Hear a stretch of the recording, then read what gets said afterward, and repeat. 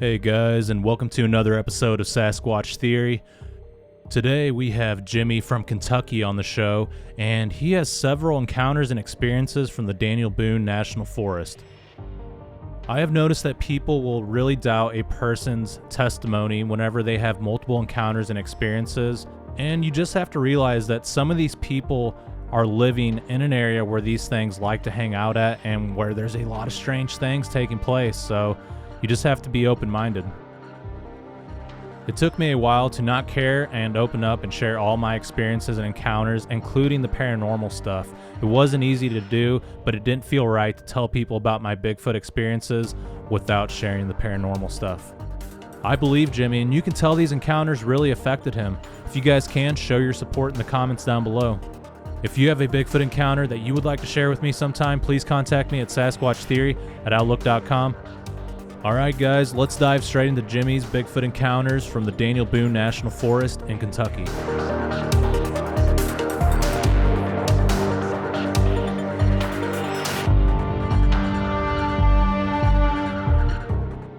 Alright Jimmy, welcome to Sasquatch Theory. It's certainly a pleasure to have you on today's show. How are you doing today?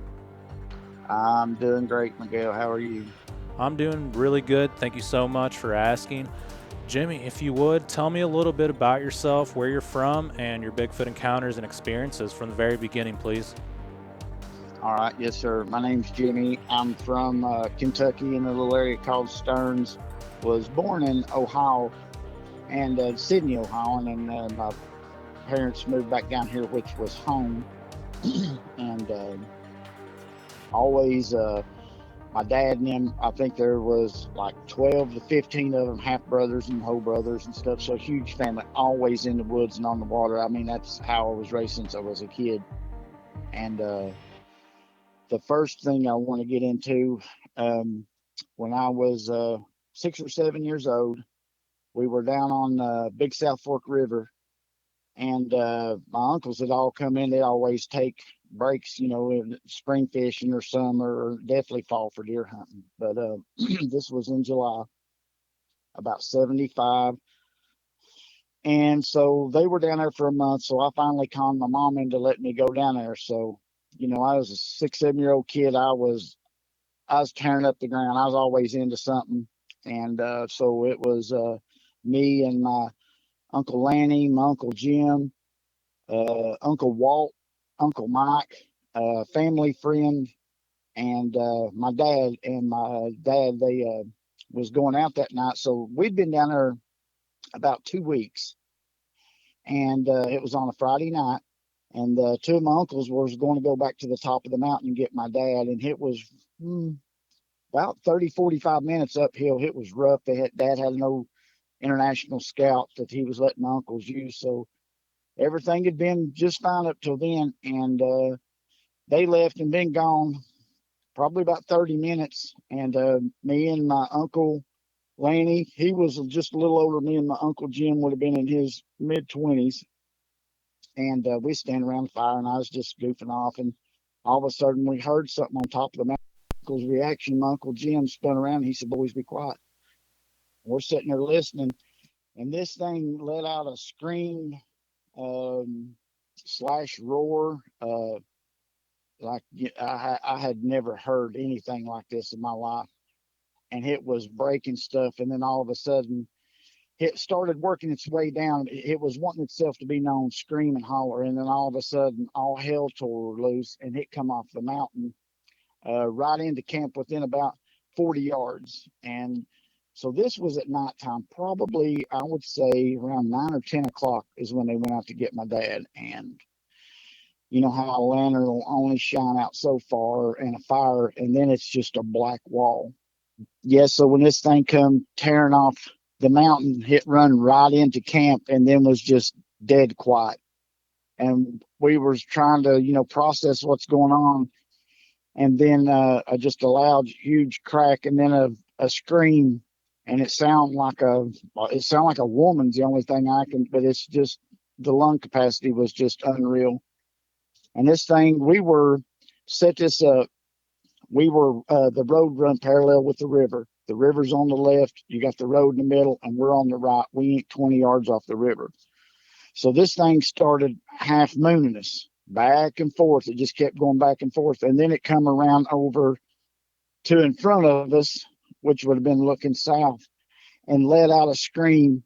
And I'm telling you, I'm not lying. I've seen some videos. These trees wasn't shaking. These trees were swinging 10 feet or whatever. I mean, the limbs and stuff were breaking out. And I mean, it wasn't one tree. It was like multiple trees. They're not just quivering. These things are shaking back and forth and swinging. And my uncle's got that Mauser pointed that way. And me and my Uncle Lanny we're trying to climb his back. I'm crying. He's crying. And I could see that just the pure terror in my Uncle Jim's eyes. And then once again, it got quiet. And we was climbing all over him. He said, boys, get off of me in case I have to shoot. He said, get off of me. He said, go get in the tent. So me and my Uncle Lanny, we run over and get in the tent. And it ain't 10 yards from where he's standing by the fire. And he's looking up the road, you know, parallel with the river where this thing's at. Well, while me and my Uncle Lanny are crouched down on our hands and knees, you know, with their head kind of looking out the tent, we hear something come off the mountain behind us, but it wasn't hollering, screaming, or breaking anything. And it was just footsteps coming in. And about that time, it broke a huge limb behind us, and we come ripping out of that tent and run over there and about knock my Uncle Jim down, and we're screaming, it's behind the tent. And he's saying, no, boys, it's over here. Well, then these things, one would get our attention, and then the other one would do something, and it was back and forth. And then finally, this thing let out a scream to the right of us, and we spun around, and this thing come out of the darkness into the light there behind a beech tree that was probably 12 to 16 inches in diameter, 8 to 9 feet. It was at the edge of the light. You could just see the huge silhouette of this thing. And my uncle dropped his gun, and I have never been so scared in my life. This thing was within 20, 30 yards, and we're just freaking out. And about that time, we didn't, all this has been going on. So it's been going on for 30, 45 minutes. We didn't know it, but the scout was coming back into camp. And I never will forget, I seen the lights hit the treetops. Whatever was in front of us took off running, and it sounded like a car fell out of the sky when it hit the river. The other thing that was behind the tent took off running up the river, parallel. The first one, the big one that we seen hit, went off in the river. And my uncles, I mean, we're freaking out, and my dad and my other uncles get there, and I'm climbing my dad, screaming and crying, and it's freaking everybody out. And they get their guns, and I can still remember I was standing right by the fire, so close it about burn you, because I was afraid to get away from it. And I could see my dad and my uncles going up there shining a light, and then they come around to the front of us. You could see where that thing had left off the bank into the river, and stayed up all night after that. Yeah, I never will forget that. Me and my other two uncles, they're not here no more, and that was the first time that I had an encounter, and it was life changing. Um, the second time, uh, I was face to face. This was in 1993. I'm the way a crow flies, I probably ain't 10 miles from the river on some land that only me and my dad could hunt. And, you know, if you got the mountains, you've got benches that go up. So me and my dad hunted it hard. So I went up there on a Saturday morning by myself, and I go up there and get my stand, and go up the tree. I always like getting up about 30 feet. And I don't see or hear nothing. Everything's fine that morning. I seen a first time I'd ever got to see a coyote, and it blew my mind because I was just 22 years old then. So at lunchtime, I get down, and I'm sitting there on the rock by the tree where I've got my stand. I remember my dad and them telling me about it. There's no trail that goes up the side of the mountain. It was like an Indian trail. They called it a gap, but it wasn't a gap. It was just a trail that was going up kind of parallel and going around the side of the hill. And I mean, this thing was wore like a half moon. And I thought, heck yeah, man, I'm going to go up there. So I go up there. This is probably roughly around 12, 1 o'clock. I stayed my stand down below till about 11, but I get up there and the ridge runs from my right to my left. Well, to the left, it goes out there 2 or 3 miles, but to the right, it went out there about 150, 175 yards and made a big turn uh, down toward the holler. So I seen some horn trees and stuff. I thought, heck yeah, man, I'll set up. So I got up in the tree and I'm sitting there and I get to looking down this little finger ridge about 10 o'clock in front of me and I see all kinds of horn trees. Well, it was still early in the day. I thought, man, I'm in the wrong spot. So I go down through there and I got my bow. I'm camoed up from head to toe, face mask. I mean, boots, arrow, bow, everything's camo. And this is going down pretty steep to that finger ridge. And so I get there. I've got my grunt around my neck. I've got my rattling arms at the bend of my right elbow. And I would take and lean my bow against the tree there, and I'd beat on them horns and hit that grunt. And all of a sudden, I heard something to the right, about 150 yards, but where it had turned and come out, that's where it was. And I thought, man, that's probably a big old deer over there. And I waited there for probably 2 or 3 minutes, and I was kind of fidgeting around getting my bow ready. And then I'm not lying, no more than these antlers hit again. It sounded like a truck running off this hillside at me. It's coming down and up toward me, but at about the 1 o'clock positions where I hear it about 150, 175 yards. There's all kinds of young beech and white oak and stuff in there, the foliage, and it's November. I always like bow hunting in November. And when this thing's running down through there, I'm thinking, oh my God, I'm about to kill the world's biggest buck. And I'm standing there and I'm looking down over the hill, and this thing comes down to the holler and up about a third of the way to where I am, and then just dead silence. I'm standing there and I can still remember I can still remember my knees knocking, because I was thinking in the back of my mind, this is a huge buck. And in the back of my mind, I'm thinking, no, it sounds like a bulldozer. I mean, what's going on? So I'm concentrating over the hill and hit at about the 10 o'clock position. There's a beech tree about 36 to 40 inches in diameter, just 30 yards from me. And I'm standing, I'm looking like 1 o'clock over the hill. And like I said, the tree's to my 10 o'clock position. And I never will forget this thing. It didn't peek around behind the tree. This thing come all the way around the tree on me, and it kept his right hand on the tree. It was huge, black or darkish brown, but at the tips of the hair, it was like a burnt orange. It was weird. But when this thing come out from behind the tree, I was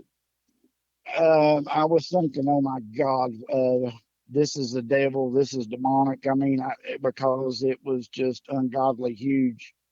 And I never will forget the fear. And this thing is looking at me, and we've locked eyes. Um, and I can't believe what I'm looking at. And then in the back of my mind is in hyper overdrive. It is processing 1 million thoughts. And I mean, I was freaking out. I was thinking, okay, it come down the hill and the noise stopped down here. How did it get from down there 70 yards up here to where this tree's at? And that's what I was doing while I'm looking at this thing. But this thing is looking at me, so confused, and it was swaying back and forth, but it never took its right hand off the tree. They don't have a neck. This thing, it looked like logs on its shoulders. It's behind, where I don't know what they call them. They run up behind your neck. The shoulders look like bowling balls. But this thing is looking at me, and it is so it was weird. It was looking at me like I don't know if it was thinking that I was two deer fighting or whatever, but this thing is looking at me, and I can still in my mind hear my antlers on my arm rattling together while I'm shaking so bad. This thing is looking at me, and this goes on for 2 or 3 minutes. And it's just looking at me like it's puzzled. I could see it was This thing didn't have a conical head. This thing had a round head. It looked human. It looked Neanderthal. It didn't have a snout. I remember the wasn't a lot of facial hair on the face, but it had like a light gray skin, and it had just it looked like, best way to describe it wrinkled like an elephant. Just how an elephant will have the big dark lines. The nose was wide, but it was like smashed to its face, and it looked like somebody had cut this thing's head off and shoved it down in its shoulder blades. And we're having a stare off, and I'm still right now thinking about it. Takes me right back to my brain. Is still trying to figure out what I was looking at. So as this stare off's going on, I can't take my eyes off of it for any reason at all. And about that time, its right hand is still on that tree. This thing starts leaning to the left, like going down with reaching its arm out. And I'm thinking, oh, this is a bear. It's a bear. It's about to go on down on all fours. No, it wasn't. This thing it never took its right hand off that tree. I don't understand why it was doing this. This thing was reaching down with its left. I never watched its hand. I could see it out of the peripheral vision, the hand that the left hand that was going down, and I could hear it hit the leaves, and you could hear it moving the leaves around. And when this thing stood back up, its face melted. It went from a puzzled look. I could its mouth, its lips wasn't fat like ours. They were thin, and I could see its teeth. Its teeth were blocky, white, wide teeth, and its eyes were. I could see the whites. I could see some whites in them, and then there was black. But I could see like a silverish, or it was a weird color as where the pupils at. But this thing's face, it melted. I mean, it just dropped, and when it dropped, um, I I I I freaked out. I come back to consciousness, and this thing is demeanor changed, and it closed its mouth. I could see this thing breathing, and I couldn't smell nothing, but I could see this thing breathing. And when its face dropped, that's when reality kicked in. I got to get the hell out of here. So I turned, and I'm trying to get up this hill. I got the bow in the left hand, and I'm just digging with my right hand, and my feet are sliding. And I drop my flashlight, my antlers, and I'm digging up to the top of this hill. I'm about 60 yards down, and I'm digging in with everything I got. When I get to the top and start down that trail, I look over my shoulder, and it wasn't at the tree no more. This thing's coming after me. And this is kind of embarrassing, but it's hard to say. But when I go running off this hill, I piss on myself. I can hear my heart beating over my feet, thumping on the ground. I mean, I'm flying. The arrow comes flying out of my bow, and I mean, I'm running for my life. And I know when I get to the bottom of the hill, I've got to make a slight right to drop straight off 5 benches to the truck.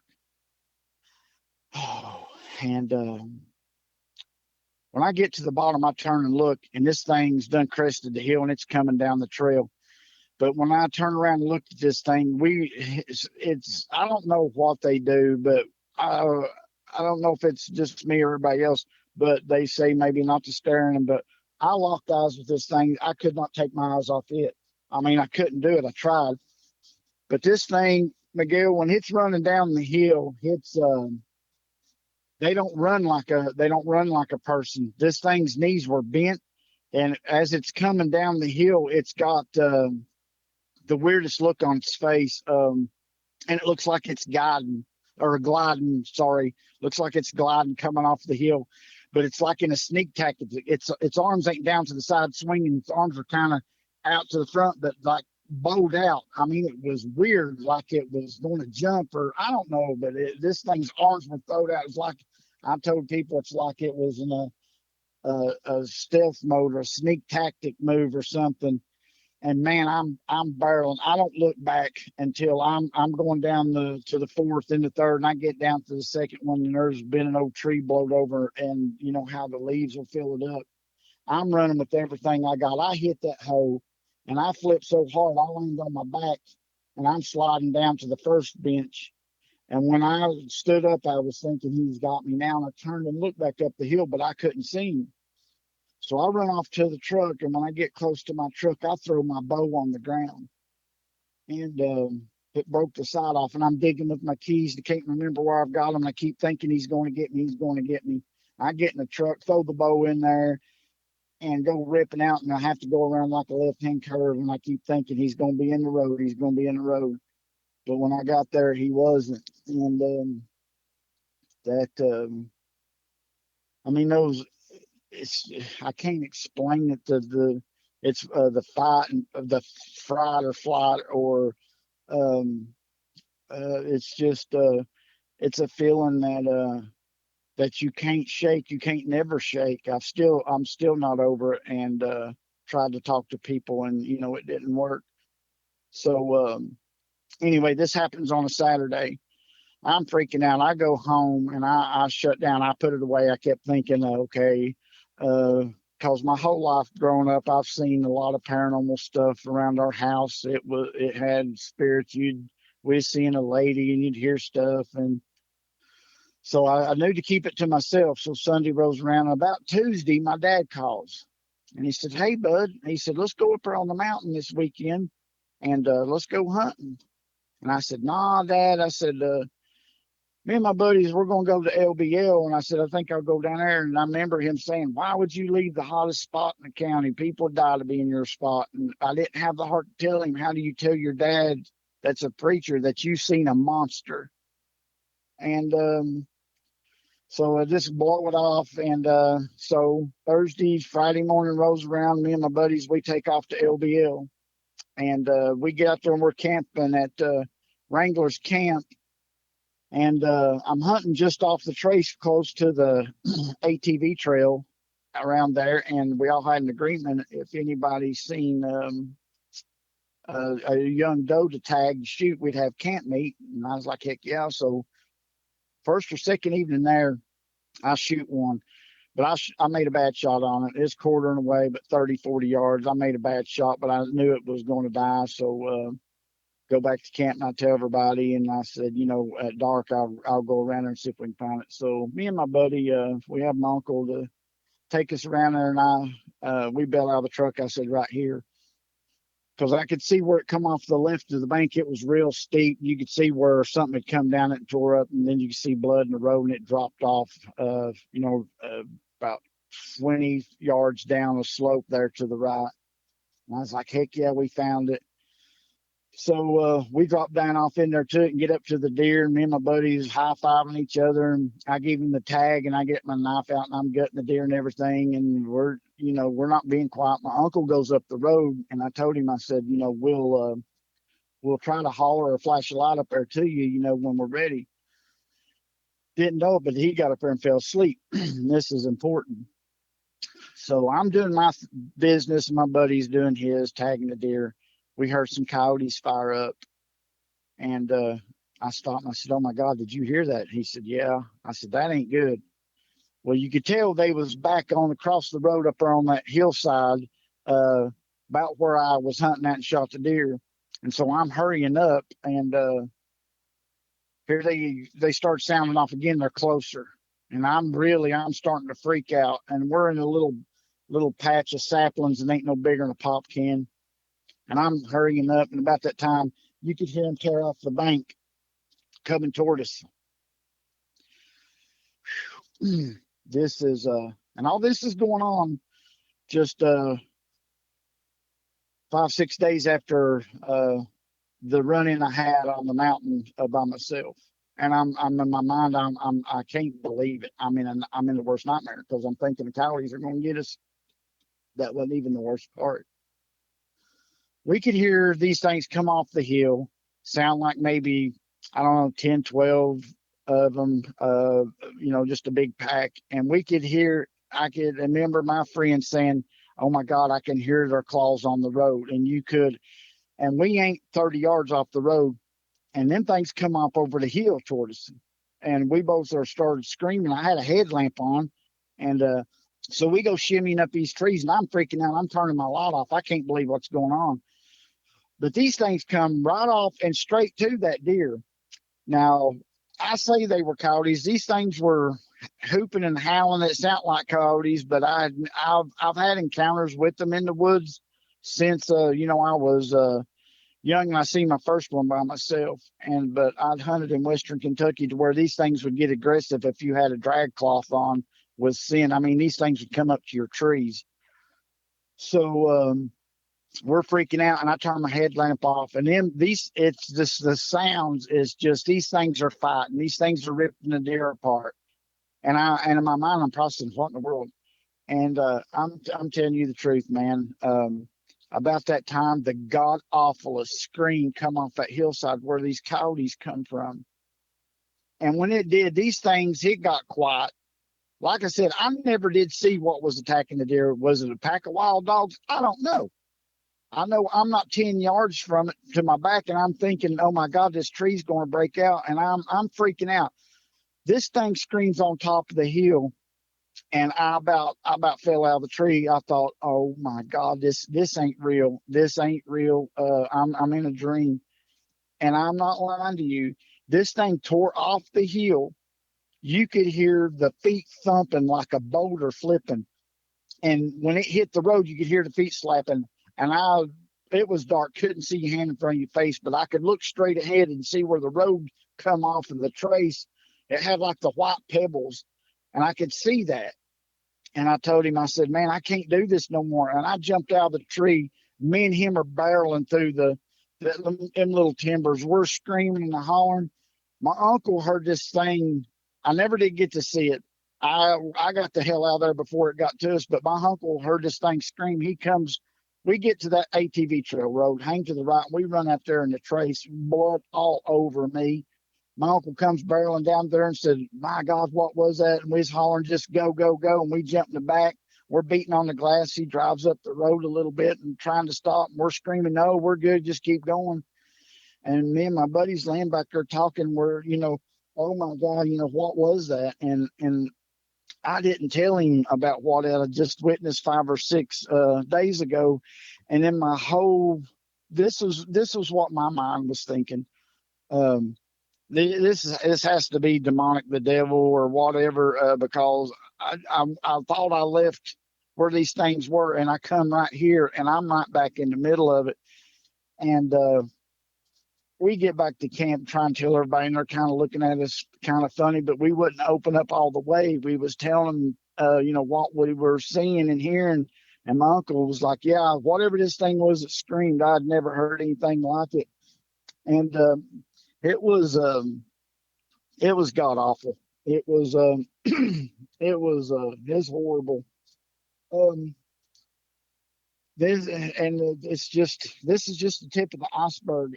I skipped over one little part. When I was 7 years old down there with my uncles, just a few years after that, my dad took me squirrel hunting. I just turned 12. And we're going up this old road, and we get up there. We stop. My dad said, I had a little 410. He had a 12 gauge. I had the squirrel vest sack on my back. It was as big as me.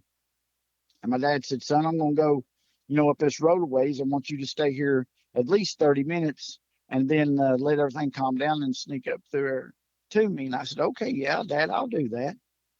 So I'm standing around there, and I watch him go plumb up the road out of sight. And it's kind of going up this old logging road. Wasn't a real steep climb, but it was kind of going uphill a little bit. So I'm standing there just looking around and really wasn't scared. I really wasn't scared at first. And then he was gone for a while, and then I thought, okay, I'm ready to go. And then I started thinking, no, if you go up there too early, he's going to jump onto you. You're big now. You got a gun. Stay here. So I'm standing there, Miguel, and I start freaking out. I'm by myself. I'm right back to that night on the river with my uncles. I think that's what's looking at me. I'm psyching myself out. And my dad said, son, if you're in the woods, don't ever holler, just whistle for me, and I'll answer and come right to you. And I said, okay. And I was thinking of this in my mind. So I couldn't take it no more. I wouldn't walk up the road toward him, so I whistled.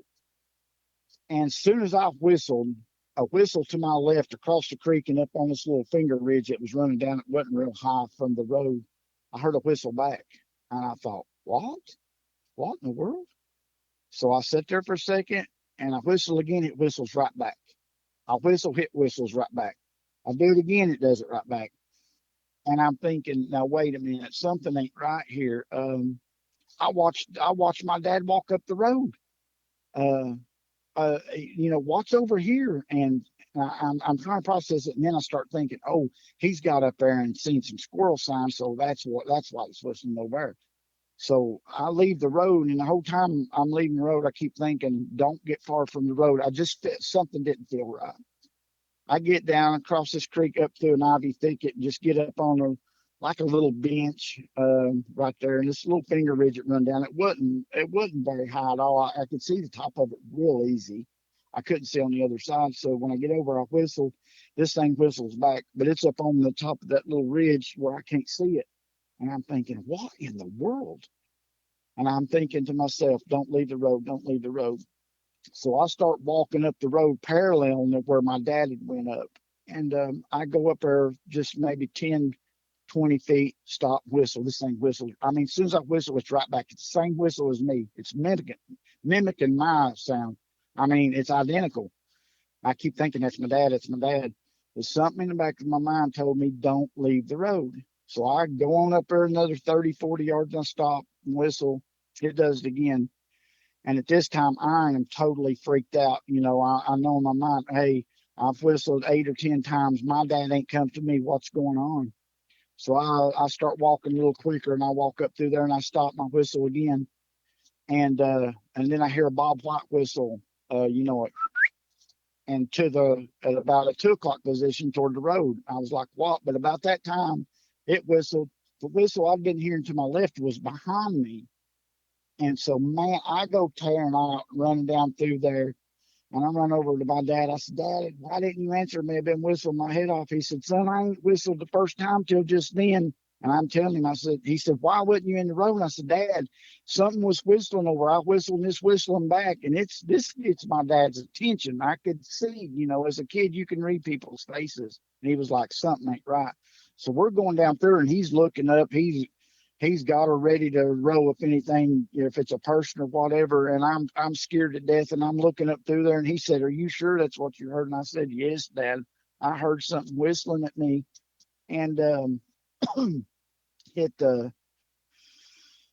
like I said, as a kid, it was always strange things. But I was always in the woods or on the water and stuff. And my dad and my uncles, every one of them had stories with the encounters of these things. And it's just paralleling in the woods, seeing all kinds of tree breaks and screens and hollers and stuff being thrown at you. And so I know the Bigfoot, but as a kid, it was just a monster to me. I didn't know. But after the LBL trip, I get back and I'm I'm not I'm not mentally in good shape at this point. I'm thinking, okay, something's not right. Is this the devil follow me or what? What's going on? I'm trying to process in my mind as a 22-year-old kid. What in the world is going on? And so I left my tree stand and everything up there. I never did go back and get it.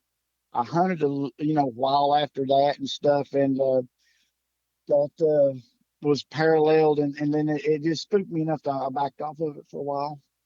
So we got in the early 2000s. Um, we started hunting a farm in Campbellsville, Kentucky. There was about 3,200 acres that we had to ourselves, and there's about 6 or 8 of us. There was only people hunting it, and we all killed big bucks out here. And so we go up there, and everybody's got their little spot and such. And I'm hunting to the right out this ridge they called Wildcat Ridge. It was a ridge that's about, I'd say, 4 or 5 mile long, just finger ridges and ridges running off the main road. It was no settlement out there back in the day. And I'd ride out there to, I don't know, maybe a half a mile back from where I was hunting, and I'd stop my four-wheeler and walk out there and drop off to the left in a white oak flat. And I'd killed a bunch of deer there. So I get out there that evening and I'm sitting there hunting. I'm up about 30 feet and I hear something walking, and I could tell it had come down the road that I'd come on, and it left the road and I could hear walking. And I'm talking bipedal walking. two people walk, or not two people, sorry, 2 feet walking. And I stand up and I'm thinking it's a deer. Something ain't right here. And this thing comes walking down this finger ridge. It's probably about 80, 90 yards long. And I'm in a flat part of it. This thing walks down within 20 yards of me and just at a steady walk, but the walks were heavy. I couldn't see nothing. And I'm freaking out. And this thing just goes right on past me like I'm not there and down over the hill. And I thought, God almighty, man, that's weird. In the back of my mind, I'm really starting to freak out. And then I thought, you're over exaggerating. So we go back to camp, or I go back to camp, and I don't say nothing. Go out there, and the next morning, nothing happens. I go back the next evening, same thing. Around 5 o'clock, here it comes. It was the weirdest thing ever. I could hear it walking, and it come right down by me, and it just goes off the end, and I'm standing up, and I just can't believe what I'm hearing.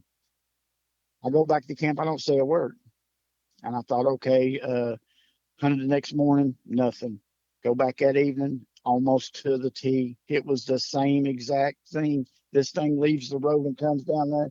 This time I'm ready and waiting for it. When I hear it coming, my heart about falls out of the tree.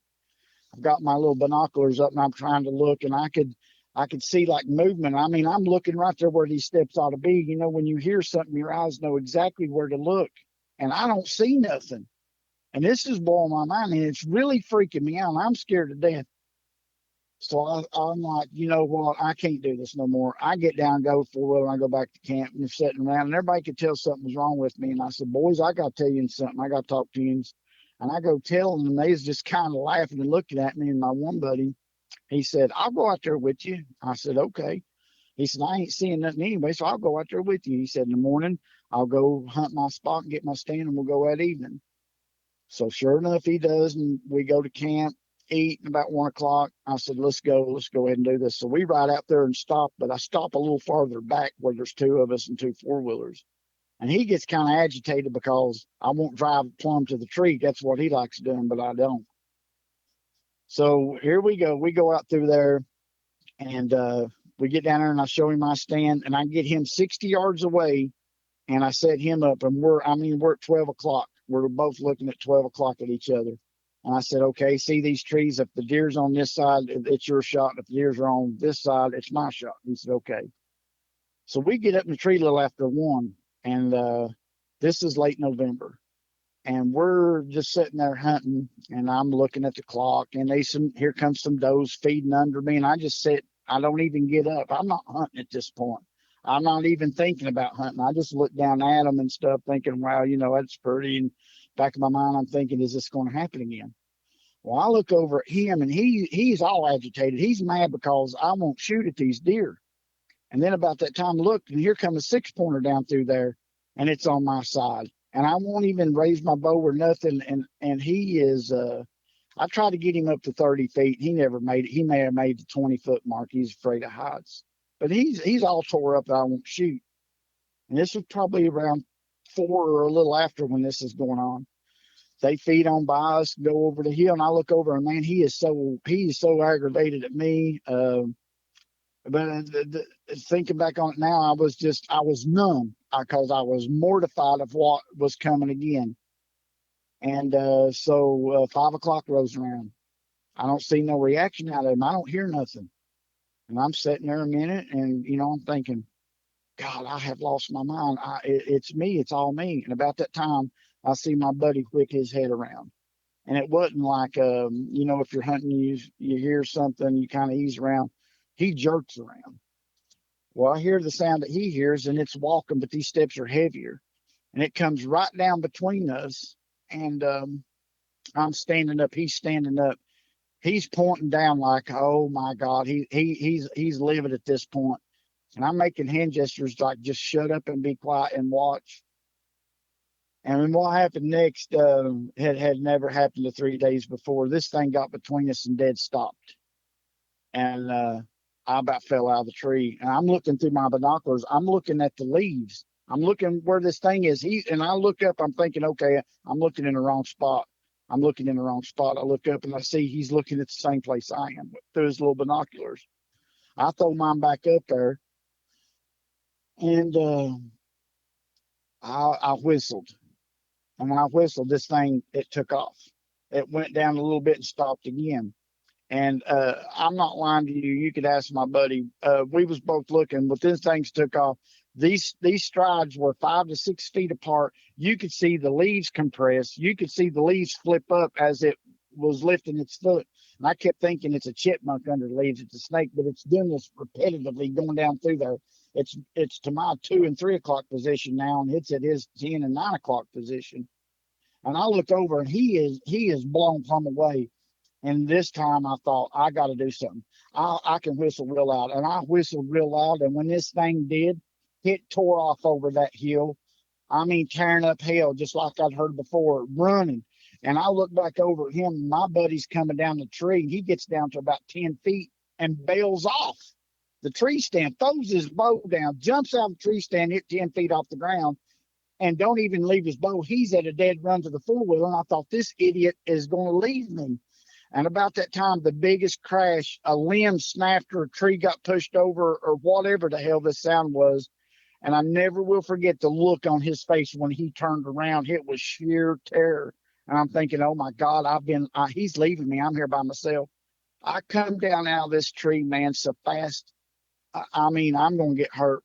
And I get down, close to the ground. I jumped out, get my bow. I let my bow down on the string. I run up and grab his bow, and I'm running up there with everything I got. I'm hollering, hey man, don't run, don't run. I hear the four-wheeler fire up and go ripping back off that road. And I thought, God, he left me. So I'm running even faster. I get up four-wheeler and I get going out through there. This idiot had got up there and missed a curve because he hadn't never been out there much and flipped over a little bank and stuff. And it scared me. I thought he was hurt. I jumped off and run over to him. And the look on his face of not the wreck, he was shaking so bad his eyeballs was jiggling, it looked like. And he said, oh my God, Jimmy. He said, what the hell was that? I said, man, I told you I wasn't lying. He said, no, you're not. He said, what is that? I said, buddy, I have no idea. I have no idea. And so we get back to camp, and they see that we're both tore up. And Greg, he's ready to leave. He's ready to get the hell out of there. And my other buddy, he thought he was pretty tough, and I didn't have enough of it. He said, "Tell you what, I'll go out there." And the next day was our last day, and I said, I'm not going. I'm not going back out there. I can't do it." And so he hunts his stand. But that evening he goes out there, and he comes back before camp and comes ripping into camp. And he said, "Boys, it's time to go." And we all just start loading up stuff and going. I'm trying to talk to him, and finally I get him turned around. I said, "What is it? What'd you see?" He said the same thing the Yins was saying. He said the thing was walking down through right by the stand. He said, I couldn't see it because we're all bow hunting. And he said, what is that? I said, man, I don't know. And he said, I'll never go back out there again. So I had to go out there and get our tree stands, and I did, but, nothing happened. And it was just, it seemed like it was, I don't know, it was, lightning don't keep striking in the same place. It can't. But like I said, my whole life, I thought this stuff was normal. I really did. I kept it bottled up. And my oldest sister turned me on to I'm not big into social media. I don't have Facebook. To me, I don't. It's just not for me. And but I'd kept this bottled up, and I broke loose and had to tell. But the next thing I'm going to tell, and my wife was a witness to this, so we're still in the Daniel Boone National Forest, other than the LBL thing and Campbell County, Kentucky.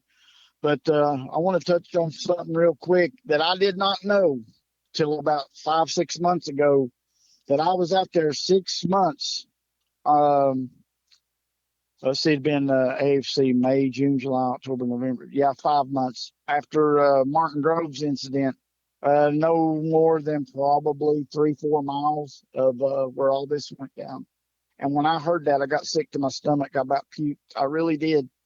I was thinking, it's got to be paranormal. The way that I've seen things, and the way this stuff has been going on, it's not normal. It's not of this world. And So me and my wife, we go camping. This is 2019. We go up to a place, and you can there's two campgrounds up there. One's on the right, one's on the left. But going up through there, there's a whole bunch of campgrounds on the left hand side that's right on the creek. So we get the first spot up there, and we get there. My dad had sent some solar rope lights to put out around the tent and everything, because old timers said that my dad told her, said old timers say that, snake won't cross the line or something. So that made her feel better. So let me back up. I'm getting things ready and stuff, and I've got tobacco stick, and I'm raking the or not the leaves, but the little fine pea gravel, that's at a campground where you got the cross ties, and they got these pea gravels where you're putting a tent, man. I'm raking them around. I throw the tent up, and my wife walked up to me and said, where'd you get those shoes? I said, what shoes? She said, right there, turn around and look. I'm not lying to you. It ain't no more. It's right by the tent. It's less than 5 feet away. There's 2 pair of wet shoes sitting on those cross ties that's less than 5 feet away. These things are soaking wet and still have water in them. And I am freaking plumb out inside. I don't let on to her, but I'm thinking, I know when I pulled in, they wasn't there. When I put the level and the gravel up, they wasn't there. When I put the tent up, they wasn't there.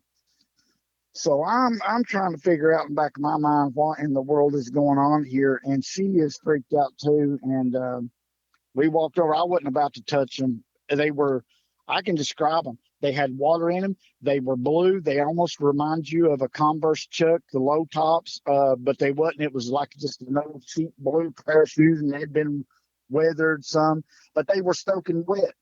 You could see where water had dripped in them, and the shoes were filled full of water, and it was dry up there. There was no rain. The shoes wasn't there when we got there. So we're sitting around, and and I'm thinking, okay, just get your mind off of it, because it's getting late in the day. I get the fire going. This is in April, by the way. And I get the fire going, and we're chowing down, eating. It gets up about 10 o'clock or so, and she's got one of my tobacco sticks, and I used to do a lot of crafts and stuff with them. That's why I always carried some that are good for like walking or whatever. And she's sitting there just poking a fire. And then all of a sudden, up the road and to the right across the tree, just this low starts out and then gets real high like a siren, holds it 8 to 10 seconds, and just boom, it just drops off. It don't wind down. I heard it. She did too, but she didn't react on the first one. It wasn't 5, 6 seconds later. I don't know if the thing had moved closer or it turned my way. It's the same thing, just a guttural, just a god awfulest, how, whatever the hell you want to call this, just, and then just holds it real high like a siren and drops off. She stops and looks at me and said, honey, what was that? I said, I don't know what that was. She said, why would they be sirens up here? I said, there ain't no sirens up here. And we didn't know it, but we had this whole valley to ourselves. We thought other campers were up through there. They wasn't. The third time it done it, I knowed it was closer. Just the same thing. And you could tell this was up high. There's some big ridges right through here that I'll tell you about, that I sent you pictures of, that I just got from that place 5, 6 months ago. But that's where it come from again. The same thing, low, deep. It's weird. It's the weirdest god awful sound, and you can tell it ain't no human. The lung capacity can't do that. But just when it screams low, it just sounds like it's just bellowing its guts out, and then gets real high and holds it. And at that time, she comes around. She lives across the fire from me. She comes around standing over by me, and I'm freaked out then. And I told her, I said, get in the truck. I said, somebody's up here. They're goofing off. That's what it is. We get in the truck, Miguel, and we drive up through there. There's like 4 or 5 more campgrounds on the left. Nobody's there. We get up to the first campground on the right, drive around it, nobody there. Go to the last campground on the left, go around the circle, nobody there. And I've got the window down on the truck going up and coming back, and I'm thinking, oh my God, you're kidding. What in the world is going on here? And she kept saying, honey, what was that? And I said, I don't know. I said, they did introduce some wolves back in here. Maybe that's what we was hearing. But I knew the whole time, wolves don't sound like that. This thing had a beller like, you know how a lion will roar, just how it's that real, just, I mean, it's like it'll blow your hair back. That's what this was like on the low to a high pitched siren. When we get back to camp, she said, "Hun, let's just go home." I said, "Hun, it's late. It is after 11 by this time." I said, "I'll ramp the fire up real good, and we'll go home in the morning." So we get in the tent, and I've got a pair of ball shorts on, and a little bit cool that night. But a funny thing was, she said she likes whippoorwills. So I'd like to hear one, and I'll get to that in a second. But anyway, we're laying there. I'd been busy that day, so I was tired, and I fell asleep. She said I'd laid there for probably about 20 minutes, and then I was laying down, my feet to the door. I'm laying there, and she's to my right. The fire pit's in front of us. The rope lights and woods are behind us. The creek is to the left, and the road is to the right. And she hit me in the chest with everything she had. I come up out of that bag, and I was like, "Oh my God, what's going on?" And she said, "Somebody's out back of the tent, hunting or talking. I can hear them." She said, "I've heard them walking around. They're talking." And I'm thinking to myself, they some morons drunk snuck up here on us. And so I get my light and I tell her, "Stay in the tent." Man, I come ripping out of that tent and go to the left toward them shoes, but go behind the tent, and there's a fishing trail for trout out there. I'm running out through there, just my ball shorts on, about 40, 50 yards, and I stopped. I'm shining my light around. I don't hear nothing, and I think to myself, "You're stupid. You shouldn't be doing nothing like this." And she's screaming, "Get back in the tent, get back in the tent." So I get up there, and I'm asking her, "What did you hear?" She said, "I couldn't tell." She said, "It was like garble." She said, "But hun, there was two of them." She said, "You hear the tones of the voices," but she said, "You could hear them having a conversation." And I'm thinking, holy crap. So I told her, I said, "I'm ramping up the fire." I said, and I kept two lanterns on. I said, "We'll be fine. We'll get up in the morning and leave." So we lay back down there, and she goes to sleep. But I'm laying there, and to the left, across the creek there, all night long, you could hear something. Now, this could have been a bear. I don't know. I didn't see it. But this thing was just making weird grunting sounds, just whoa. And it was weird, but it would pace up and down. It would like go 60, 70 yards down past the camp, then back up above it. But this is the same side that this thing was screaming on. And I laid there all night long, kept thinking this thing, oh my God, I'm replaying everything that's happened to me. And you can about imagine I'm wanting to freak out, but I can't. I've got her, and you know how guys are, they ain't gonna show no fear, but I'm thinking, oh my God. And so like I said, the funny part about the thing was about the whippoorwill. About that time, one come into camp, and that thing hollered all night long. I was about ready to kill that thing. It was right by the tent, and we kind of laughed about that afterwards. But when we got back, I told my dad about what had happened, and she told her mom, and her mom was just old timey and said, "Lord, that place is known to be haunted up there." Well, I'm telling my dad, because my dad doesn't know stories by now. I opened up, and I'm telling my dad, and man, it piqued his interest. So a few days went by, and he called and said, "Son, can you come out here a minute? I want you to listen to something." I said, "Yeah, Dad, I'll be out there." So my wife stayed at the house. I went out there at Dad's, and he said, "I got some sounds here I want to listen to. I want you to listen to and see if this is what you heard." I said, "Okay." So it played at about the fourth or fifth one, and I didn't know it when I heard this, but this was some Sierra sounds. It was the same thing. The god awful uh, gut, just like a lion, but it don't sound like a lion, but just that roar, and then real high pitch. But what we'd heard held it longer than this one. I said, "Oh my God, that is it." I said, "Dad, hold that." I run to the house and got my wife and come back out there and walked through the door. And I looked at her and I said, "No, I haven't told you nothing about what's going on." She said, "No, other than your dad wants me to listen to a sound."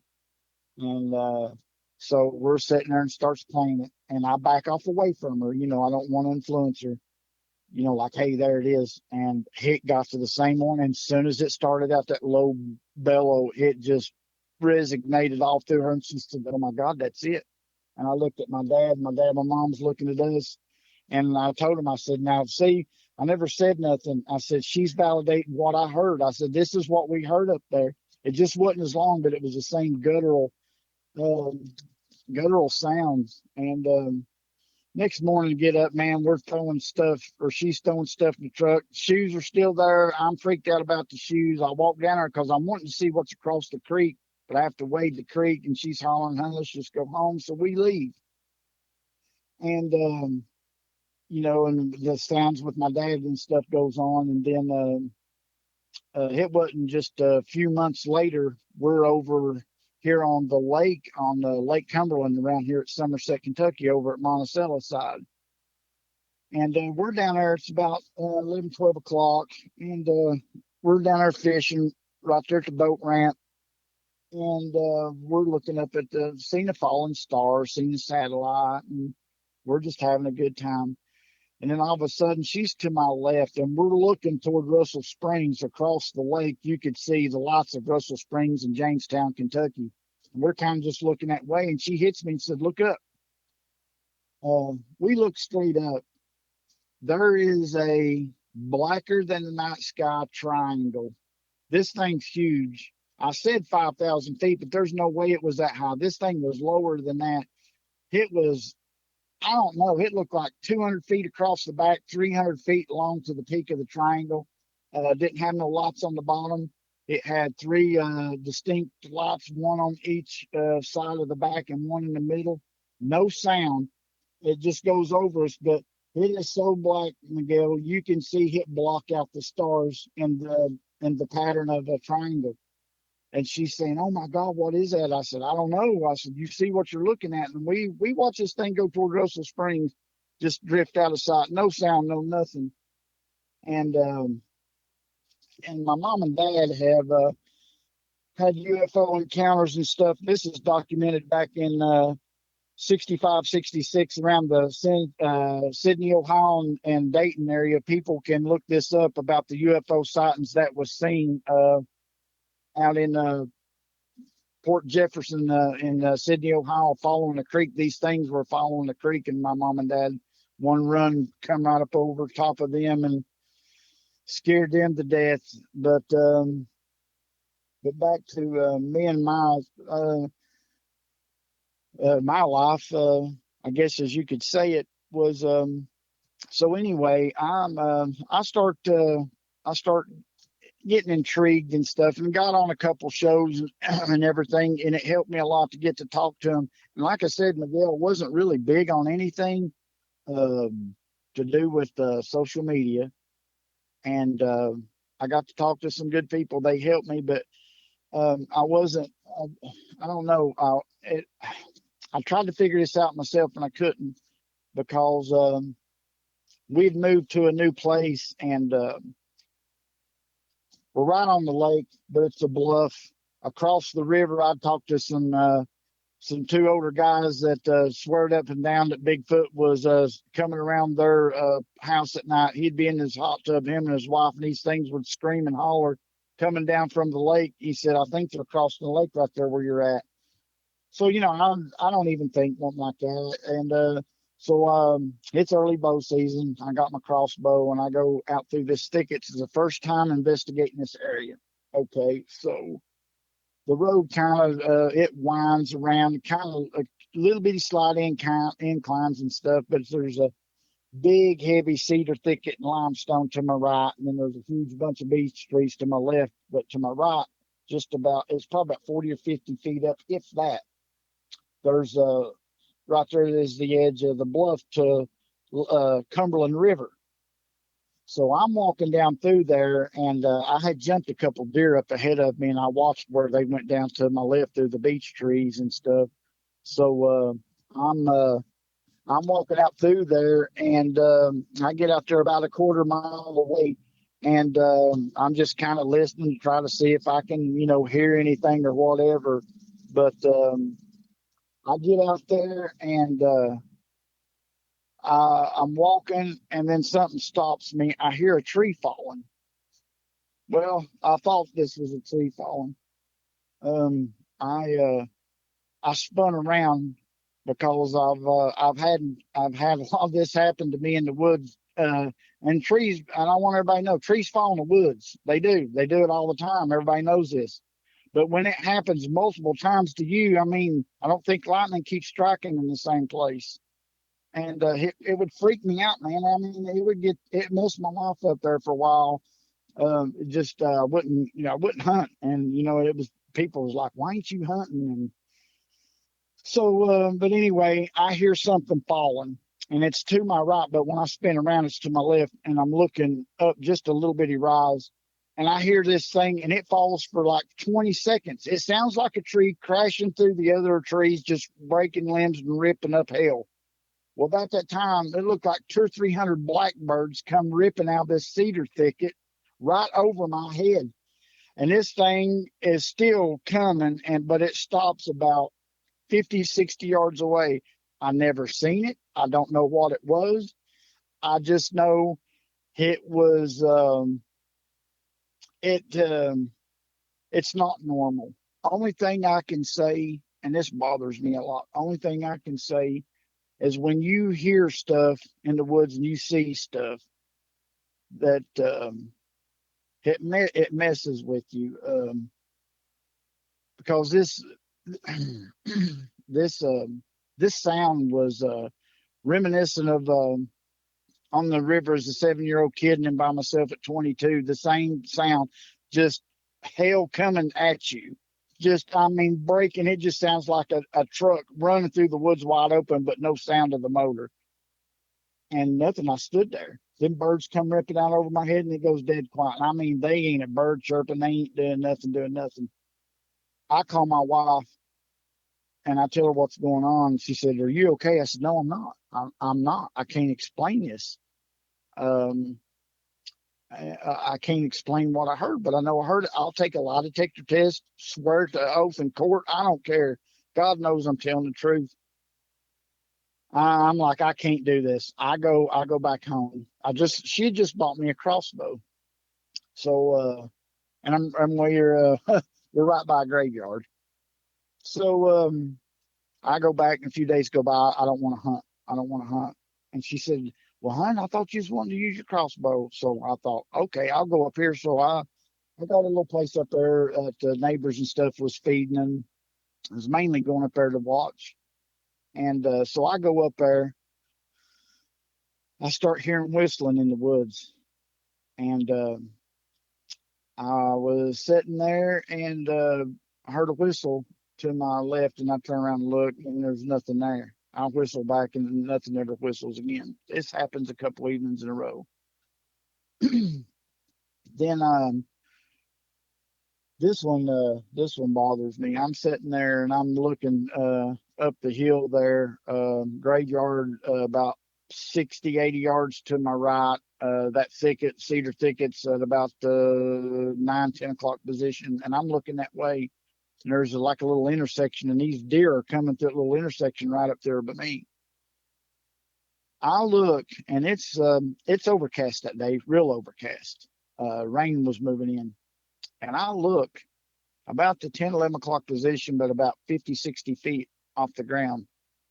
There is a black smoke mist or whatever thing, and this thing is probably 10, 15 feet blob by 5, 6 feet wide, but it's like smoke. But this thing's coming toward the ground, and it's probably about 80, 90 yards from me.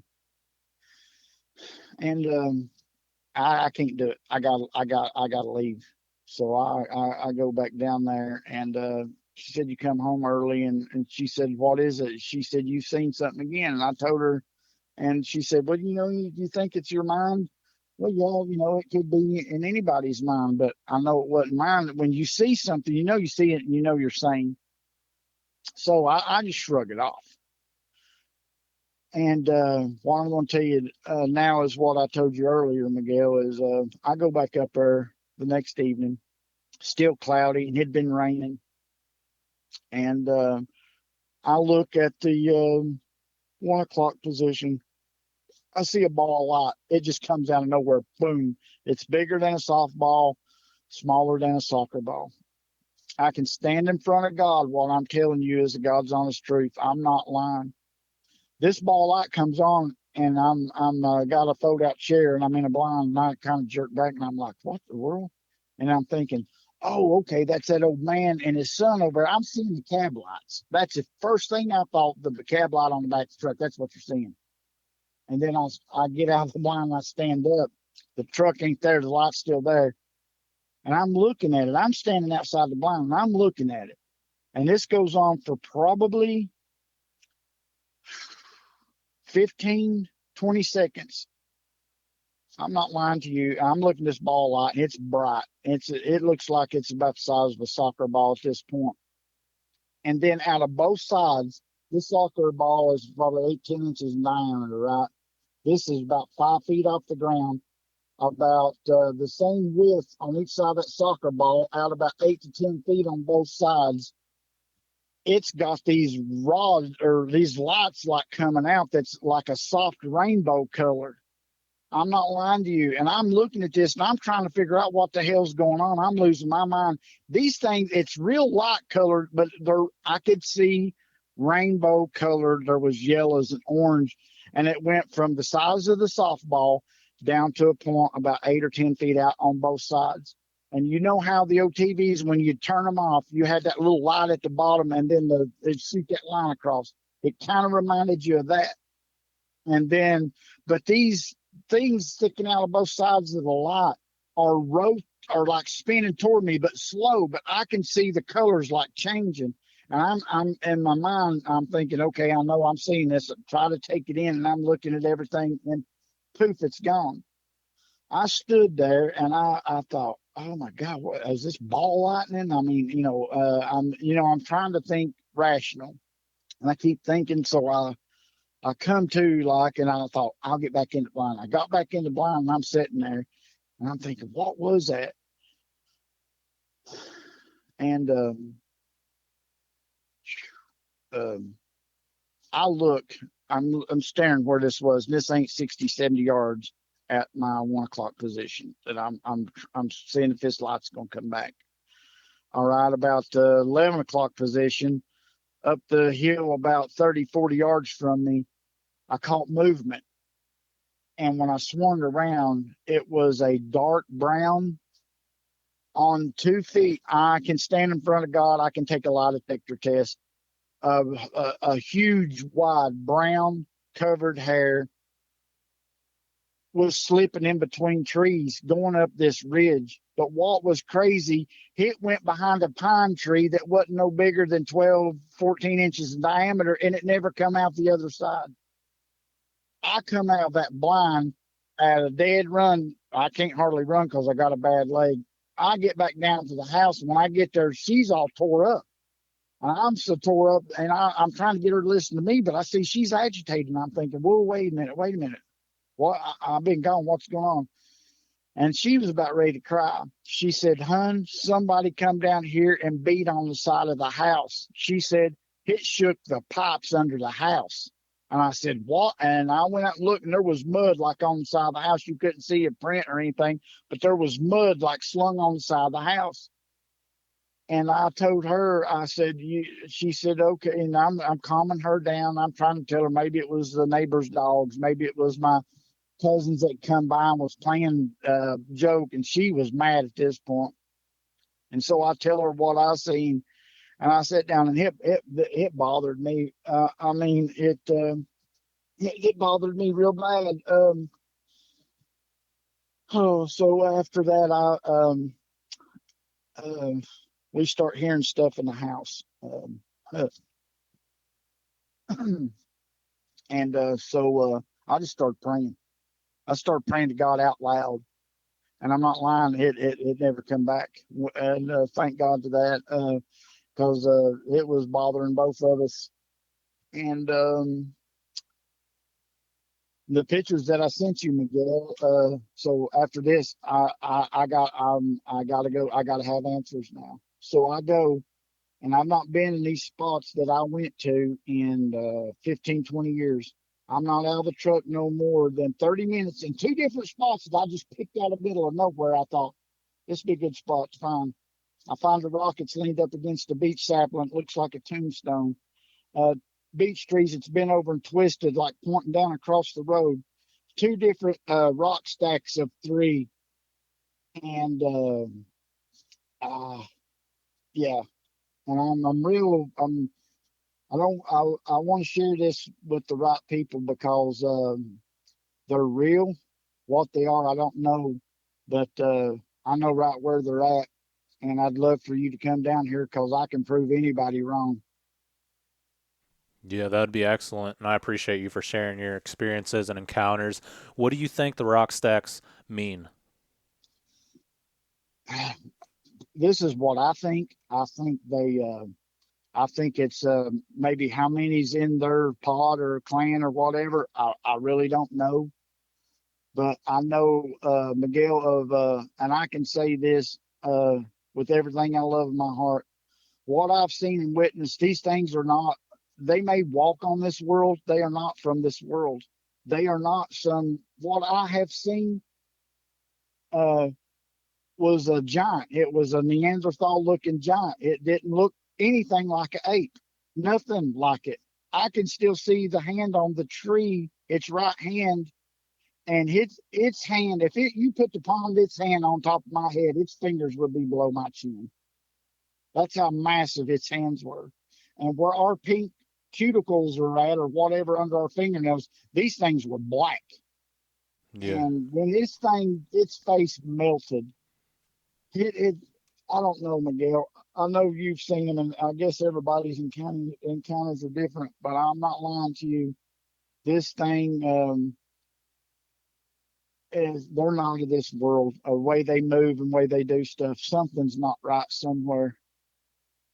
Yeah, I agree. I've witnessed the orbs along with Bigfoot activity, and there's something supernatural behind it. You mentioned you seen the brownish huge figure moving through the trees, and it went behind a tree that was like 12 or 14 inches in diameter and just kind of It, disappeared. it never come out the other side, Miguel. I mean, I could cry. I'm being honest. I can cry right now telling you about this stuff because I seen it. And it'll mess you up. It blows your mind because you know, you know, you know what's real.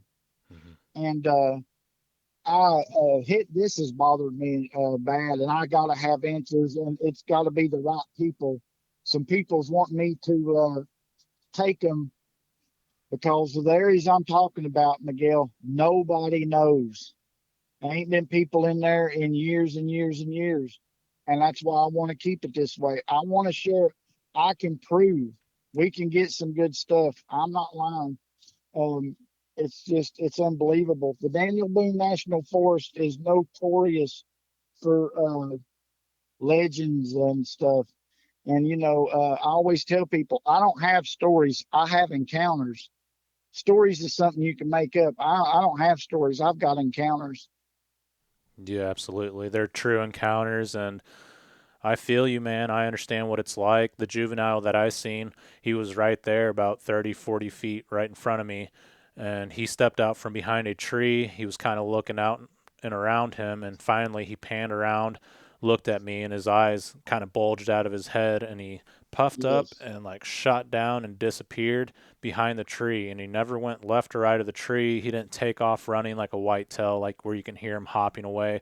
Once he Yeah. hid behind the tree, he was gone. It was like a magic trick. That's what I'm telling you. I'm not lying. These things are real. The government knows about them. What this would do if this come out, what would it do to the logging industry and everything else? It would crush it. And I think you have good and bad, like you do people. But I'm telling you, all this stuff in these parks with David Pilatus and the 411, if I was a rich man, I believe I could win some money on that. I'm not saying that all these things may do it, but there's stuff out there, and the government and all these other countries are playing with these portals and stuff. People need to wake up. Yeah, absolutely. And a lot of people get mad whenever I mention UFOs and aliens, whenever people are talking about their Bigfoot reports. But it's surprising to me that most of the people that have had a Bigfoot encounter have seen an alien, a UFO, or even have had paranormal activity, such as seeing a shadow figure.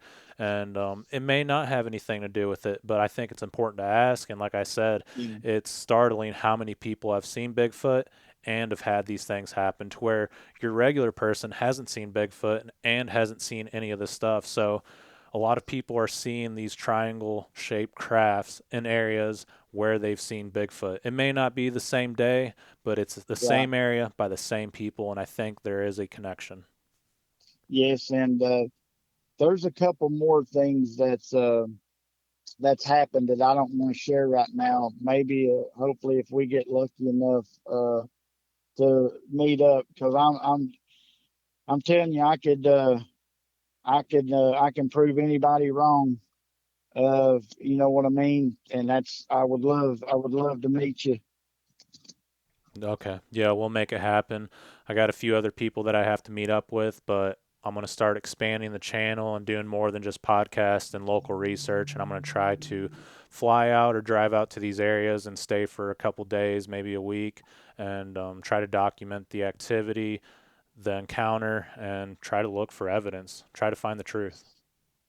Yeah, because like I said, you know, and probably a lot of people tell you, you know, come on, I can prove it to you.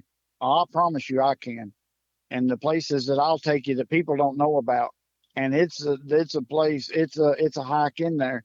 But every time I've been in there, and a few years ago, I take my nephew out there, and I left that now. There's a trail, and it takes from where you park the truck. It's about 45 minutes to an hour walk out there. But when you get out there, there's the river at the end of the ridge at the point. But back about 100 yards on each side, the left and right side is gaps, and we're going out through there, and something stands up in front of us and takes off, and we take off running the other way. I know, I know where they're at. I think they move around, but if you watch what you look for, um, I promise you I can show you. Okay. Yeah, that sounds good to me. What did the creature look like that stood up and took off? It was black, and this was the thing. We was going out through there, all, and this was what was weird.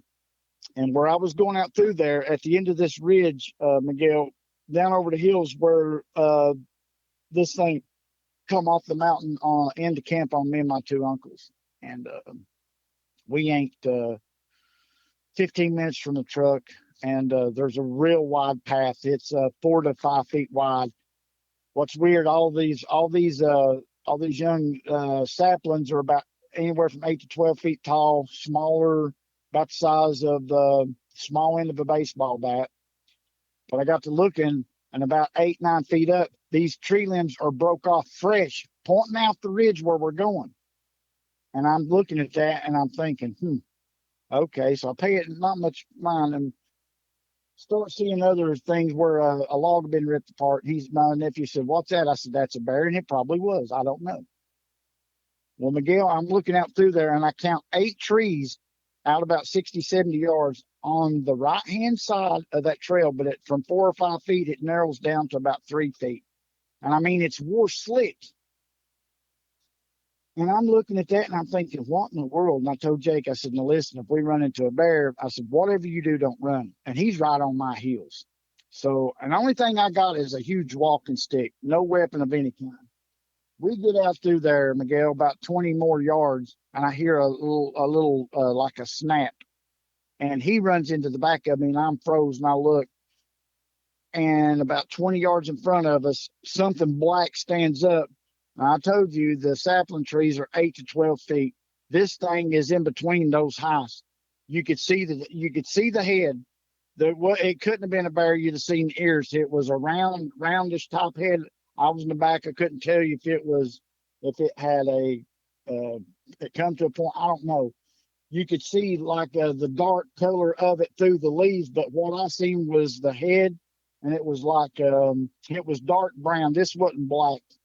Uh, 20 yards away, and my nephew and I'm putting my hand down. I'm whispering. I said, "God, don't move, don't move." And this thing has got its back to us, And what was weird, it takes about 3 or 4 steps and then goes down. It goes about 8 to 10 feet. It couldn't have been 3 or 4 steps. Well, anyway, this thing moves 10 to 15 feet in front of me, and I'm done 20 yards behind it, right? And then it goes down. And when it goes down, it made a crashing sound. It could have been a bear. If it was a bear, it don't have no ears. That's the only thing I can say, or they're folded back or whatever. And I turn around, and my nephew's at a dead run the other way, and I'm hollering, "Don't run." And he stops, and I'm walking up there. He said, "What was it?" I said, "I don't know. Just keep going." And this is the same exact ridge at the end of it is down there on the river where we were at. And my whole family has hunted this ridge. You can't see it's there. If you park and walk out through, there's an ivy thicket, and it's a thick, you think that's the end of it. But if you keep going, it narrows down the ridge, you know how it'll close in real narrow, but then it opens back up. And I got to talking to my dad and stuff. Everybody on my dad's side family that's hunted that has been paralleled on both sides, or at least one side coming back out every time they go in hunting. Yeah. Yeah, that's And like I frightening. said, these places here, nobody does anything with them. They don't look like you or me or anything.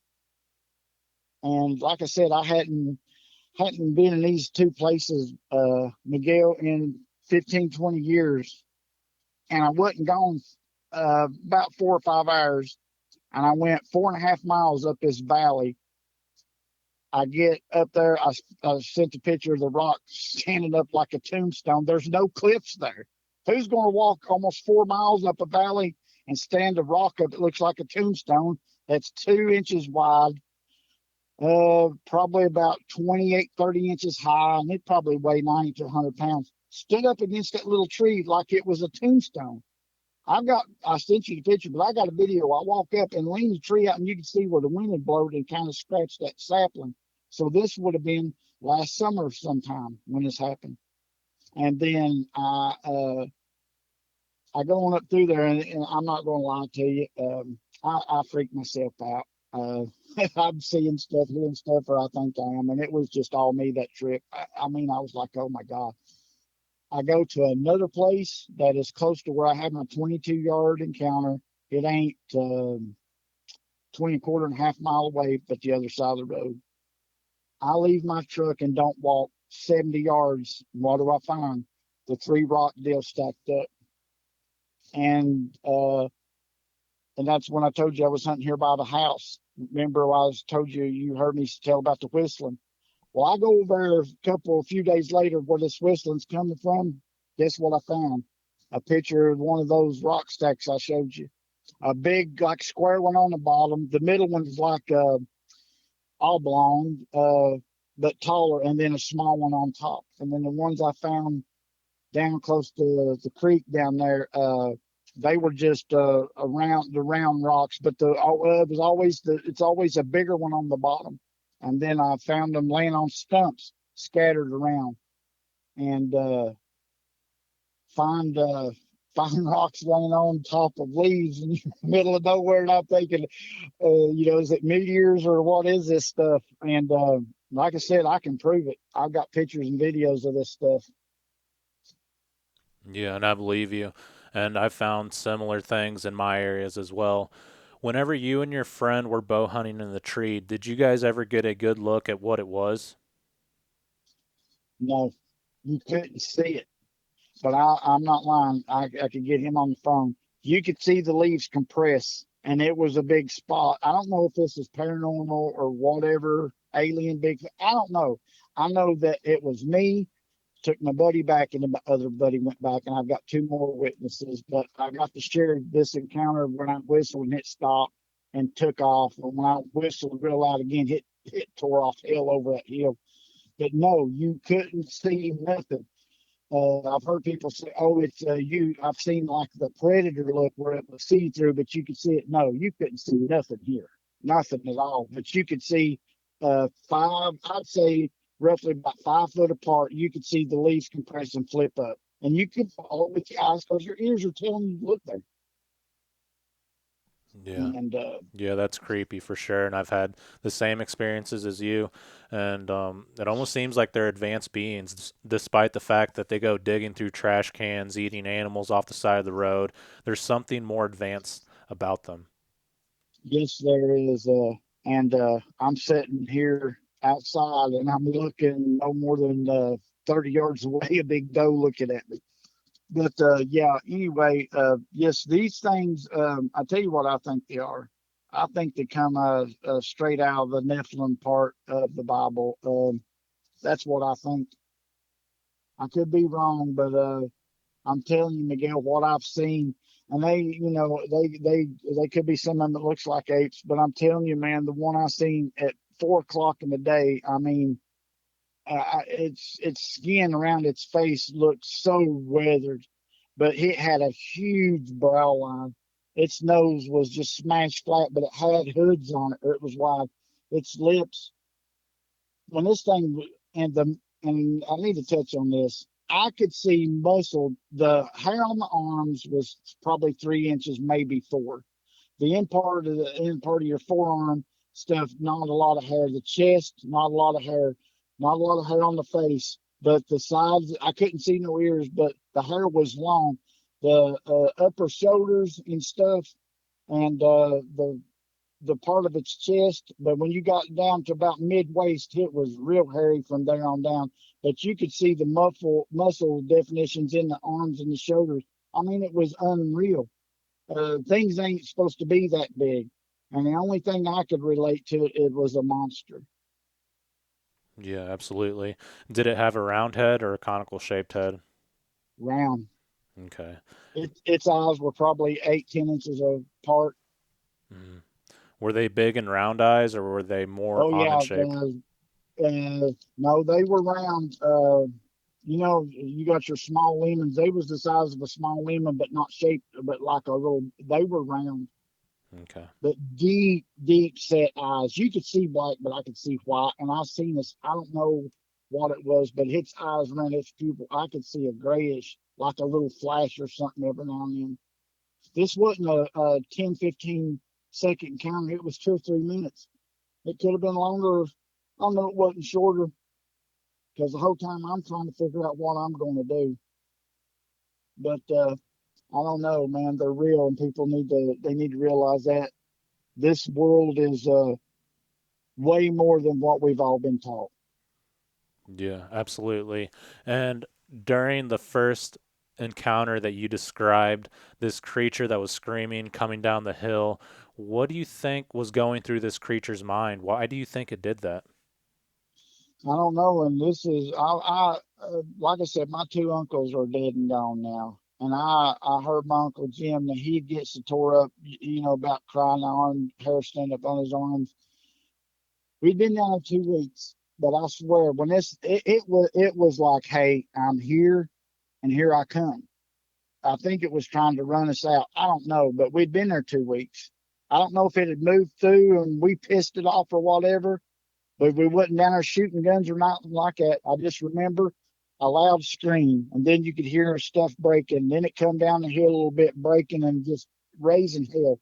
And then all of a sudden, it just sounded like a dadgum bulldozer truck coming down over the hill toward camp. I mean, now just imagine in the dark, 10, 11 o'clock at night, and you're a 7-year-old kid watching a 20-something-year-old uncle and about a mid-teen uncle.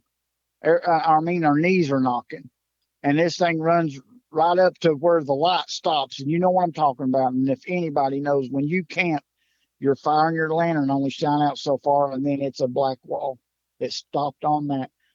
But when these two things would go back and forth, when that one finally showed itself, and my uncle dropped his gun, I mean, and like when I seen it by myself, reality stops, time stops, everything's slow motion.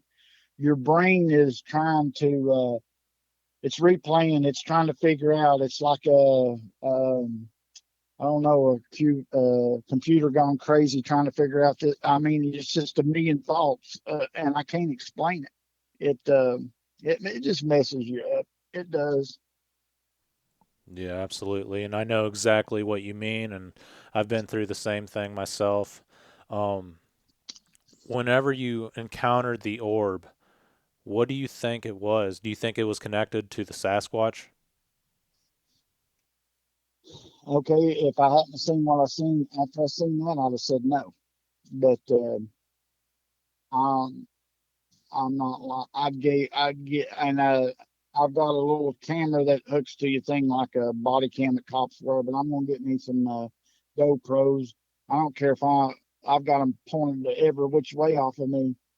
Uh, because if I'd have had one that night, it'd have been $1 million shot if the camera would have picked it up. But I can stand in front of God and take a lie detector test, what I seen.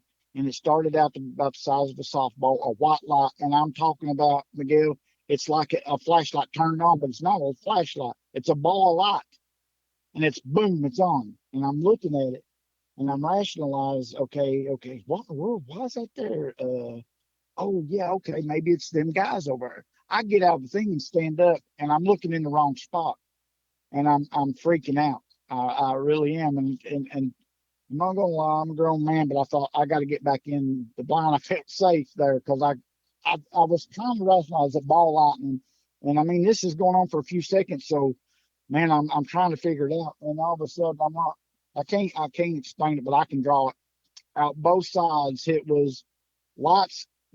It's like, you know what I mean when you turn the no TV off and on, how it'll do that. It'll the ball of light will suck down like the older television. It'll shoot a rod out each side. That's what this looked like. Yeah, that is interesting. I've experienced the same thing as well. I mean, a lot of the stuff that you're explaining goes exactly with what I've experienced myself. And yeah, if I didn't just see the orbs, I would say no, it's not connected to Bigfoot. But prior to Yeah, that experience, I had three individuals whistle at me, and they kind of triangulated. They were like circling around me, whistling, and then I went back up an hour later, and then I seen these two orange orbs floating through the woods. So yeah, I think and there's a connection, and I had encounters shortly after that where I seen the creatures.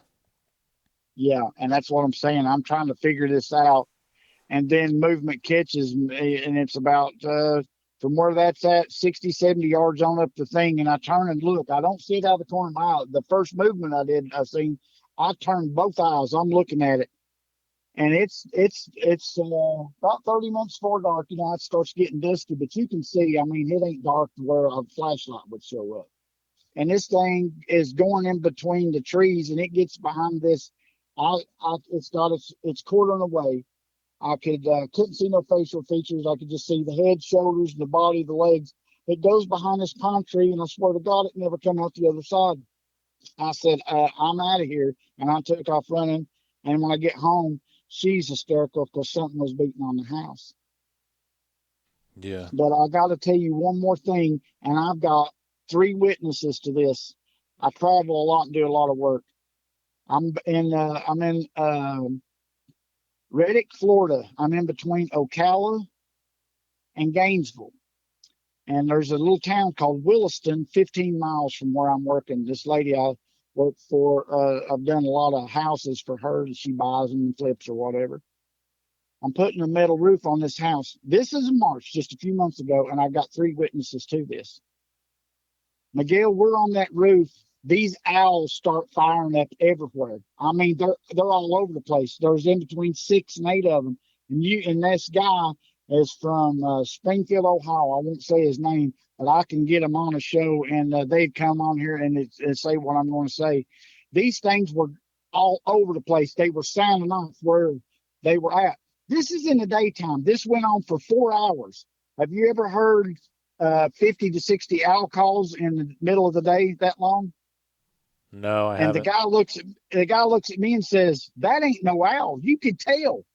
It sounded like it. Now, some of them were real good, and some of them could have been owls. But there was three or four different sounds, and how you could tell it wasn't the same one. They were in different spots. This went on for 4 hours, and I'm up on that roof, and I'm hollering at my wife. I said, "Get the phone and stuff." And that guy was looking at me and he said, "What is that?" I said, "Have you ever heard owls holler like that many a daytime?" My wife's fidgeting around and they're giving rain, and I'll just say the heck with it. That night, Miguel, Um, I probably should get them on the show with you and just let them tell about this.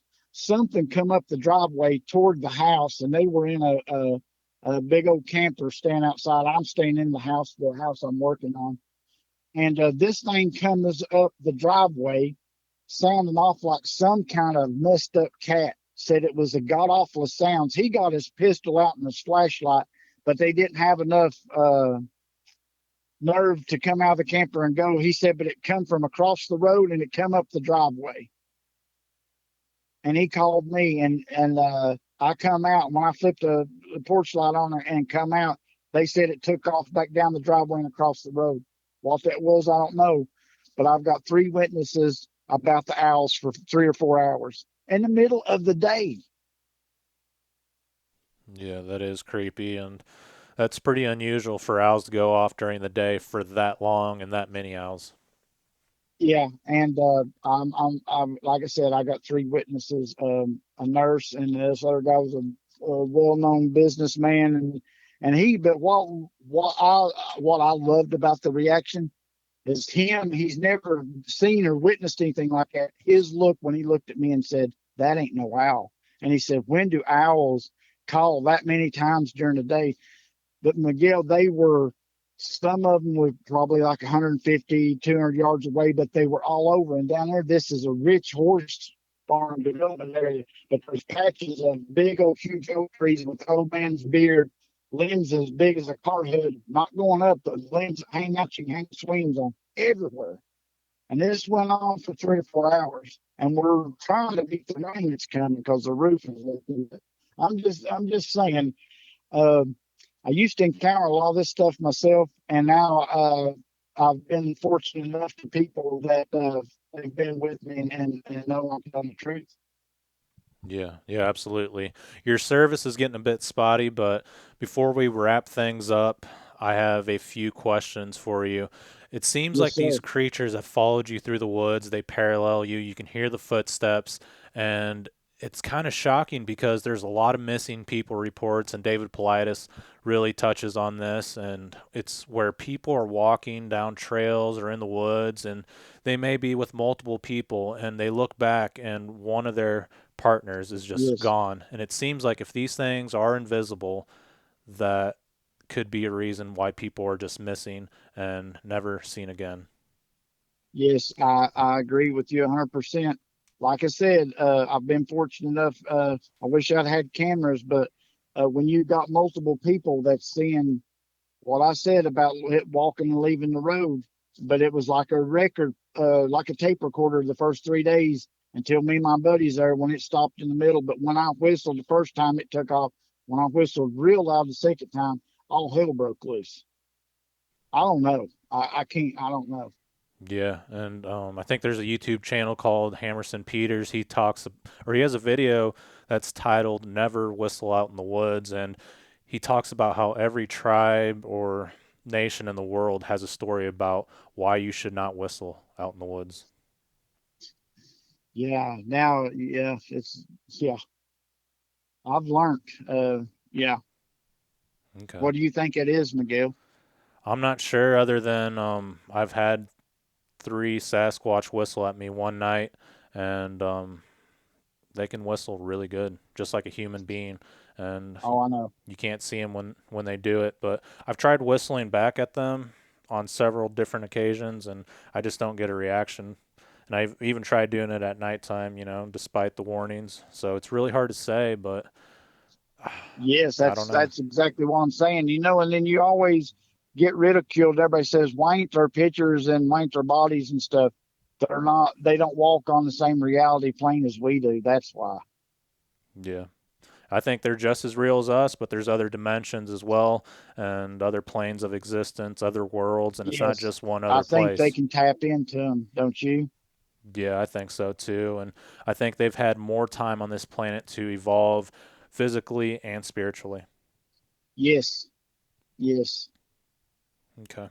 Well, Jimmy, I think that pretty well covers your encounters, and I'm sure you have a lot more to share, but I'd like to get with you in the near future, go to your place, camp there, and document everything that's happened and try to get some evidence.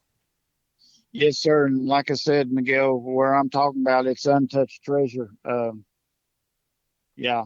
Where it's at, it's the Bible Belt, and you don't believe in that, and you know what I mean. Um, I can take anybody that got an open mind, and you better be ready because I can prove it. I mean, am I going to take you out there and they're going to run all over us? No, but you're going to see all the sign, and if you don't hear them, um, yeah, they're real. Okay. Well, let's plan a camping trip. We'll stay out there and talk about everything that happened all over again and try to see if they'll come out, try to see what we can find. And I think it'll be a good trip.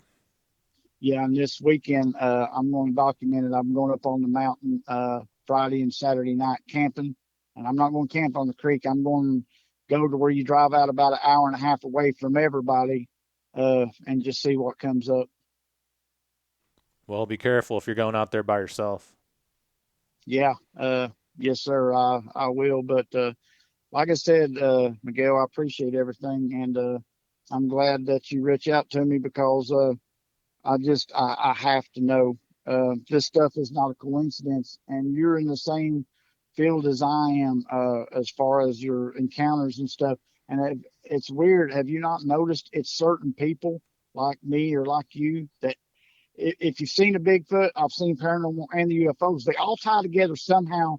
Or I was told, that, maybe you're sensitive or to, things, and I think that's what it is. I think people like me, you, and other people, I think that you can somehow tap into that, or you're more open about it, or something. But Yeah. I firmly believe it all coincides somehow together. And that doesn't have anything to do with God. God's real, and I believe in God. I've been saved. But I'm just saying there's more to the other stuff. And people need to read the Bible because it's in there. I agree. And I feel like there's three types of people. First type, they never experience anything. The second type, they'll see a Bigfoot and never experience anything else again in their life, not paranormal, not a UFO. And then there's the third type. They experience Bigfoot, they continue experiencing Bigfoot. It seems like it follows them, almost like they're tagged, and then they see UFOs around the same areas and they have strange paranormal experiences, whether they see shadow people, there's things in their home, or no matter where they go, stuff happens. Yes, sir. That's the God's honest truth. And like I said, I want to thank you again. I just want people to know you believe and I believe, and there's a lot more people that believe they're real. And hopefully, I can get you down here and take you out. Yeah, that'd be awesome. And Jimmy, I really appreciate you for getting in contact with me and sharing your encounters and experiences with everyone on the channel. I definitely believe all your theories, your thoughts about everything, and yeah, you seem very credible. You're a very honest person, and yeah, God bless you, man. I really appreciate it, and that's why I started the Yeah, channel because once you see something like this, you can't let it go.